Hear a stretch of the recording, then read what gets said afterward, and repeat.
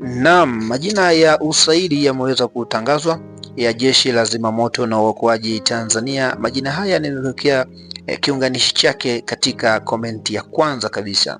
Unachotakiwa kufanya ni kusubscribe channel yetu.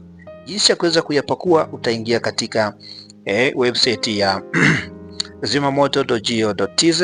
Ukishuka chini kwenye matangazo utaweza kukutana na ili tangazo la kuitwa kwenye usaili. Sasa tangazo hili limeachiwa leo tarehe 12 mwezi wa 12 mwaka 2025. Kidogo imekuwa ni habari njema kabisa. Namna ya kulidownload, ukibofya ukiona inakataa, utahold hiyo linki alafu utabofya download linki, utaweza kulidownload. Namna gani ya kudownload? Usipate tabu, nimekuambatanishia hapo chini.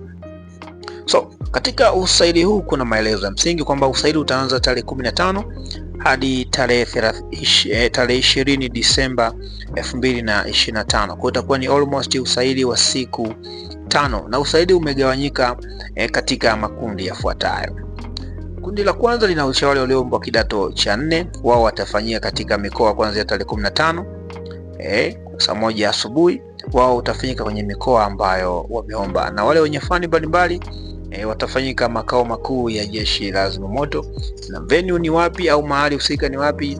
Katika tangazo hili wameweza kukuambatanishia kwamba kama wewe ni sportsman utafanya tarehe 15 hadi tarehe 17. Kuna kundi la kwanza au kundi A ni tarehe 15, kundi B 16 na kundi C ni 17. Wale drivers vile vile pamoja na fani mbalimbali wameweza kuambatishiwa.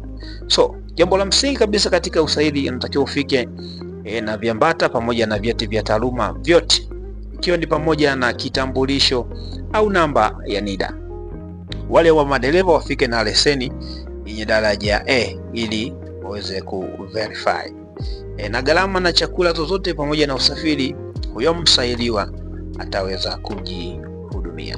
Na chini ya tangazo hili kuna haya majina. So kama bado hujaweza kupata jina lako, tafadhali achia comment hapo chini ili tuendane sambamba. Vile vile ukiingia katika akaunti yako utaweza kuonana kwamba haya majina walivyoyaachia, unaweza kuona kwenye akaunti yako kama umeitwa au hujaitwa. Shout out until next time. Hii ni Mdope Ujuzi. Kama una lote, tafadhali achia comment yako chini. Bye bye.